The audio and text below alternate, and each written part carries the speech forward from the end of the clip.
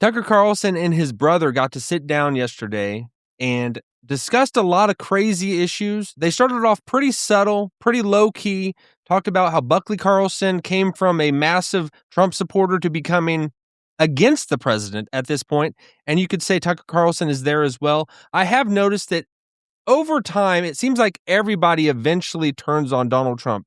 It seems like that.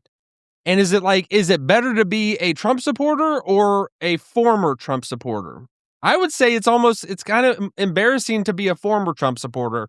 But I mean, I don't think you need to completely turn away from the man. Call it out, call him out if things are wrong, but don't look through a lens of like, I'm against the President Trump, I'm against him, so I'm going to have Trump derangement syndrome and think that everything he does is wrong. And I think that that's where both of these men have went. But the conversation turned when they started discussing conspiratorial issues regarding Charlie Kirk, his assassination, and then also they got into Islam. And I thought, I heard some of the takes that I heard from Tucker Carlson, especially when they got into the Charlie Kirk issue. He went off the rails. I've never seen him be this disconnected with reality as he is when he got into this. But we're going to take a look at this first clip. So, it's the Norse heaven. It's a pagan understanding of heaven. Yes. Right? So Charlie Kirk is a serious Orthodox, lowercase o Christian. He's like a real Bible-believing Christian. Yes. He does not believe in Valhalla. He rejects Valhalla. Yes. Like that's ridiculous, actually, to say that about a Christian man. Valhalla? Yes. No, we're monotheists who believe in Jesus. There's no Valhalla in my world. Yes. Why would you say that?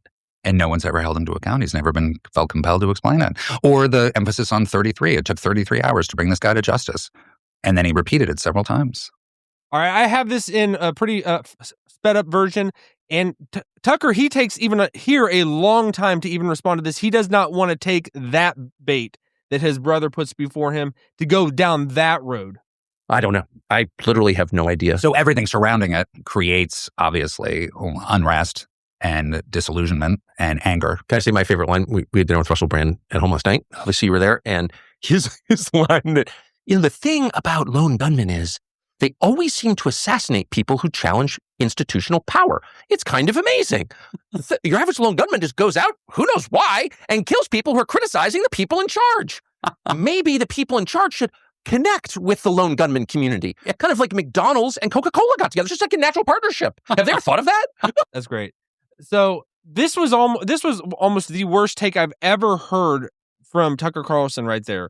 I don't know if I've really ever heard him say anything crazier than this, because he's going down a trail of what political institution was Charlie Kirk attacking? What was he going at? He stood with Donald Trump. He stood with the president. He got him elected into office. The most vehement Israel supporter there is. He from to the day he died, he was an Israel supporter. He questioned a couple things, and he wasn't afraid to do that about the government of Israel. But he stood with Israel. So what political government or institution was he challenging? So this is where it kind of goes off the rails, because they're bringing up, Kash Patel said some nutso things out there. I'll see you in Valhalla, Charlie. That's not in the Christian worldview. But I mean, but what does that mean? Like, so because he's there, because Kash Patel's been put into that office, to that position, that he's somehow orchestrating all this. All this is just Candace Owens' nutso conspiracy land. That's all it is. There's no actually. Why would they do this? If they actually, our government put something together and they made all this happen, they put everyone in place, they colluded with Israel, they got everyone there and did all this, and it worked out perfectly. But the question is, why? Why would they do that? What would be the point of it? Because he was supporting Trump, he was supporting the government in place right now for us in the U.S., and then also he backed and supported Israel. It makes no logical sense. And to say that there's all these lone gunmen are out there, they do these, they're challenging. I know Russell Brand just said something probably flippant or whatever. I would have liked to have seen what happened at that dinner table. But you can say something crazy, doesn't make it true. It doesn't like land on reality at all where we're at. It doesn't make sense. There's no follow through. There's nothing actually behind it. It's just shouting out nutso things because you're turning away from Trump. Now, because I'm turning away from Trump, I'm going to go down this crazy rabbit trail that Candace Owens has put up there for everyone. It doesn't make sense. On this next one, they're going to get into actually the whole issue with Islam and Tucker being sympathetic with Islam. Has he gone down that road? Have you been noticing that? I've noticed that. Why is he almost so offended for Islam and people that are Muslims? I mean, that's kind of the question. The only people he's been loyal to are the neocons and his donors. So he's attacked, so he attacks Islam. Someone would stand up and say, probably shouldn't be attacking a religion. Oh, you're a Muslim, secret Muslim. You love Muslim. No, I like reverence, and I don't think you should attack people on the basis of their religion. You don't attack the religion. Yes. And all these like evangelicals are like, oh, you're a Muslim. The next week he attacks Jesus. Okay, because it's all connected, right? Clearly. Of course. Well beyond money, obviously. Well, right. But the one person he's never going to attack is Rebbe Schneerson. Yes. And, the Chabad leader who's passed, but who I'm not attacking, by the way, but who was regarded as the Messiah by many of his followers. I don't think Trump should attack him, to be clear. But Trump would never attack him. That's the one Messiah he will never attack. So, what is that? Am I wrong? No, you're not wrong. It's totally cool to attack Jesus. Oh, it's a joke. I was saying I was a doctor. I heal people. Well, that's how Jesus described himself, by the way. You're attacking Jesus. Yes. No, demonstrably so. He did. Obviously, yes, on a Sunday. Absolutely. You're attacking Jesus on a Sunday. It's totally fine. But like I've said before, I didn't see it as that. I'm a Christian, and I thought Trump shouldn't have done that. That him putting that picture out there, AI generated photo of him looking like Jesus. I don't think Trump knew what he was doing. I really honestly don't think he knew what he was doing. I thought he just put something out there. You do realize how much this man posts, which is crazy in itself. He probably has a team of people there, but he probably just saw it and just put it out there. He's not that connected with the New Testament and the depiction of Jesus as we're given. He probably really thought he probably didn't even think about it. But he does seem like he lies. He lies. But I mean, and I guess in that office, he feels like I've known people that are real, seem like good people that just lie. That's because maybe God hasn't reached them there. I'm not saying that Trump is a Christian at this point, but to say that he was attacking Jesus by posting that, I don't really see it there. I don't think he was attacking Jesus. He might have been doing something blasphemous saying that he is that. But I don't think he really was doing that. I don't think he was making a point that I'm Jesus. I'm healing everyone, and I'm healing because I'm Jesus. He probably saw a picture of him putting his hands on someone and healing them, and thinking he's a doctor. And maybe he didn't connect the dots. I don't think Trump in his mind, in his probably goes 100 miles per hour mind. I don't think he was thinking about that. And it shows that it's exactly that specific fact because he pulled it down. He didn't leave it out there. The next day he pulled it down. He doesn't just pull down anything he posts. Really, rarely does he ever do that. And he knew that he'd done something wrong, and that it was going to be a big issue for Christians. But I don't see him as attacking Christians in that. But what Tucker Carlson is doing, he is very offended for people that are Muslims, very offended for people that are of Islamic faith, which I don't think we should necessarily just make fun of anybody's faith, because they believe whatever they are, wherever they're at.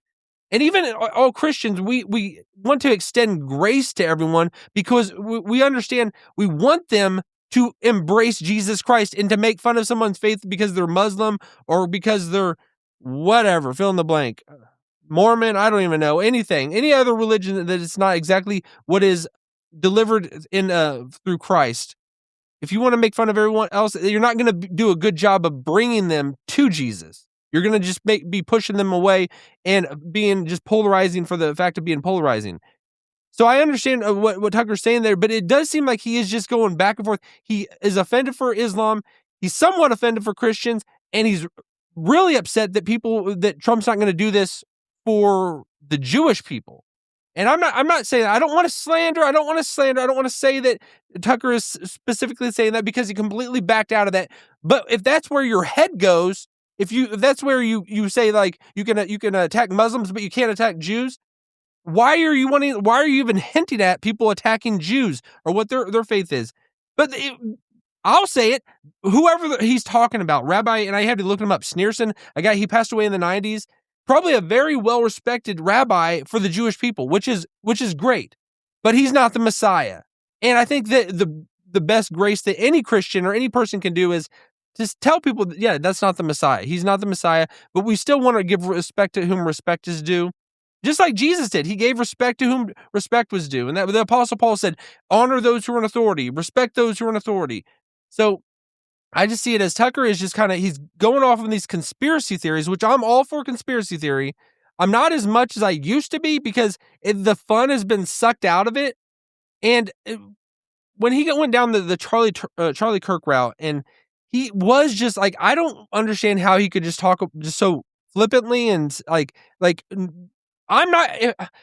Charlie Kirk is still his wife is still here, his children are still here, and just to even come to that topic and to be just so like not even the seriousness and the gravity of it, and to be just laughing. Tucker knew Charlie. I did not know Charlie personally, but I feel squeamish myself, just even going about that. And if anyone can come to that in the assassination, what happened, obviously Charlie's in a better place now, but it's the people that he's left behind. Whatever you say is going to be damaging to them and hurtful to them. And it's like, if one of my best friends, my friends died, I don't think I could come to a point where I'm just laughing around the circumstances of what happened, no matter whatever trail I'm going down. And it seems like Tucker's easily doing that. And it seems kind of weird. But just the whole deal with what's going on there, I just think that Tucker he's taking his ball and he's running home. He kept fighting up against President Trump, and then at a certain point, Trump returned the favor and he lashed out against him. And now Tucker, I don't know where he's going to go from here, because your audience, are mostly going to be Trump supporters, people. And it's not that you have to be that. I don't think you necessarily have to be that. I have been that, but I still will call Donald Trump on things that if he's doing wrong and I don't agree with. But it's like, some people just think it's all black and white. We can't be like, call things out that are wrong and say things that are right. I think we all just go to the extreme end of whatever version we think people want to see. So we gravitate to that instead of just, we're all regular people. And just since I brought that up, I did want to say real life is certainly boring at times. And I sometimes think that this digital world that we live in, it's almost more interesting. And I don't like real life in a lot of ways, which is kind of, I don't always like to say that, but besides my family and friends, I don't necessarily like real life. Real life is boring. And I think that people get sucked into this, and it's almost like where we are going. We are going into full-fledged digital mode, and maybe we should resist that at times. Maybe, but it's so appealing, and maybe that's Satan trying to draw us in, trying to draw us all into the Matrix. Maybe don't give up your soul into that, which we got to resist at times. We got to resist it. All right, we'll leave it at that. Let me know what you think. Are you think that Tucker calling these things out is a good thing? Is it wrong? Where do you stand on the issue? Drop a comment. Let me know. Have a good day, everyone.